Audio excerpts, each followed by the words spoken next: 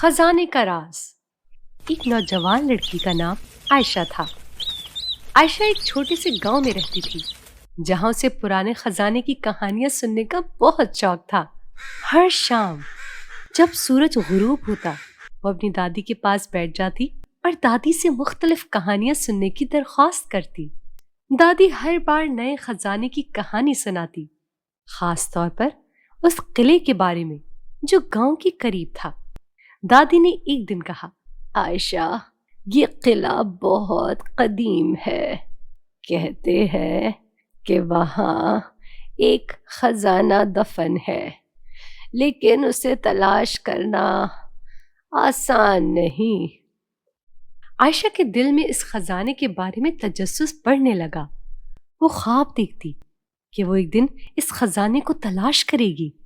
ایک دن عائشہ نے فیصلہ کیا کہ وہ اپنے دوستوں مریم اور علی کے ساتھ قلعے کا سفر کرے گی۔ اس نے انہیں قلعے کے بارے میں بتایا اور وہ دونوں اس کے ساتھ جانے کے لیے تیار ہو گئے۔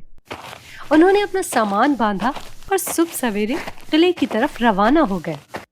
جب وہ قلعے کے قریب پہنچے تو وہ اس کی عظمت دیکھ کر حیران رہ گئے۔ قلعہ بڑا اور خوفناک لگتا تھا، لیکن عائشہ نے حوصلہ نہیں ہارا۔ آؤ ہم اس خزانے کو تلاش کریں، اس نے کہا۔ قلعے کی کھوج۔ وہ تینوں قلعے کے اندر داخل ہوئے۔ اندھیرا اور خاموشی چھائی ہوئی تھی اور ان کے دل دھڑک رہے تھے۔ اچانک مریم نے ایک پرانا صندوق دیکھا۔ انہوں نے صندوق کو کھولنے کی کوشش کی، لیکن یہ بند تھا۔ اسی دوران علی نے قلعے کی دیوار پر کچھ نقش و نگار دیکھے۔ اس نے غور سے دیکھا اور کہا، یہاں کچھ ہے، یہ ایک نقشہ لگتا ہے۔ نقشہ ایک پرانے خزانے کی جگہ کی طرف اشارہ کر رہا تھا۔ عائشہ کی آنکھوں میں چمک آ گئی۔ یہ ہمارا موقع ہے، اس نے کہا۔ وہ سب خوشی خوشی نقشے کی سمت چلنے لگے۔ نقشہ ان کو قلعے کے مختلف حصوں کی طرف لے گیا۔ ہر جگہ پر انہیں کچھ چیلنجز کا سامنا کرنا پڑا۔ ایک کمرے میں انہیں ایک پہیلی حل کرنی تھی جس میں قلعے کے بارے میں پرانے سوالات تھے۔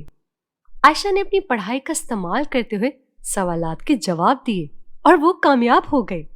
ایک اور جگہ پر انہیں ایک تاریخی سرنگ میں داخل ہونا تھا۔ علی نے اپنی بہادری کا مظاہرہ کیا اور آگے بڑھا، جبکہ مریم اور عائشہ اس کے پیچھے پیچھے چلی۔ سرنگ کے آخر میں ایک بڑی چٹان تھی جسے ہٹانا ضروری تھا۔ انہوں نے مل کر کوشش کی اور آخرکار چٹان ہٹا دی۔ خزانے کی دریافت۔ جب وہ چٹان ہٹا کر آگے بڑھے تو ان کی آنکھوں کے سامنے ایک بڑا صندوق تھا۔ عائشہ کی سانسیں رک گئیں۔ کیا یہ وہی خزانہ ہے؟ اس نے سوچا۔ انہوں نے مل کر صندوق کو کھولنے کی کوشش کی۔ جب انہوں نے صندوق کھولا تو اندر سونے، چاندی اور جواہرات کی جگہ جگہ بھری ہوئی تھی۔ ان کی آنکھیں حیرت سے کھلی رہ گئی، لیکن جب انہوں نے قریب سے دیکھا تو انہیں کچھ اور بھی نظر آیا۔ صندوق کے اندر ایک قدیم کتاب تھی۔ کتاب میں علم اور حکمت کی باتیں لکھی ہوئی تھی۔ عائشہ نے کتاب کو اٹھایا اور پڑھنا شروع کیا۔ اس نے محسوس کیا کہ یہ خزانہ صرف سونے اور چاندی کا نہیں، بلکہ علم، حکمت اور دوستی کا خزانہ ہے۔ سیکھنے کا سبق۔ عائشہ نے اپنے دوستوں کی طرف دیکھا اور کہا، ہمیں یہ خزانہ گاؤں کے لوگوں کے ساتھ بانٹنا چاہیے۔ مریم اور علی نے اس کی بات سے اتفاق کیا۔ وہ سب مل کر خزانہ لے کر گاؤں واپس آئے۔ انہوں نے خزانے کو لوگوں کے سامنے پیش کیا اور اس کتاب کو گاؤں کی کتابوں کی الماری میں رکھ دیا۔ گاؤں کے لوگ عائشہ، مریم اور علی کی بہادری کی تعریف کرنے لگے۔ عائشہ نے اس دن سیکھا کہ حقیقی خزانہ ہمیشہ علم اور دوستی میں ہوتا ہے۔ انہوں نے یہ بھی سیکھا کہ دوسروں کے ساتھ مل کر کام کرنے سے نہ صرف کامیابی حاصل ہوتی ہے بلکہ دوستی بھی مضبوط ہوتی ہے۔ اس واقعے کے بعد عائشہ نے اپنے گاؤں میں ایک چھوٹی سی لائبریری قائم کرنے کا فیصلہ کیا جہاں سب لوگ مل کر علم حاصل کر سکیں۔ اس نے جان لیا کہ سب سے بڑا خزانہ علم ہے اور اسے بانٹنے میں ہی حقیقی خوشی ملتی ہے۔